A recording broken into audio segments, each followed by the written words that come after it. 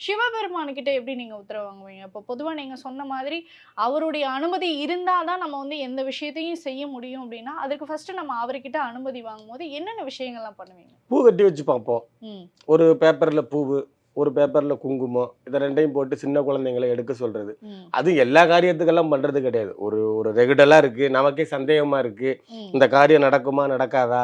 இத நம்ம இவங்க கிட்ட நம்ம காசு வாங்கலாமா? வேண்டாமா? ஒரு ஒரு சந்தேகம் ஏற்படுதுன்னா, அப்படி நம்ம பண்ணி பார்ப்போம். ஓகே. ஒரு பேப்பர்ல பூவு, ஒரு பேப்பர்ல குங்குமம்.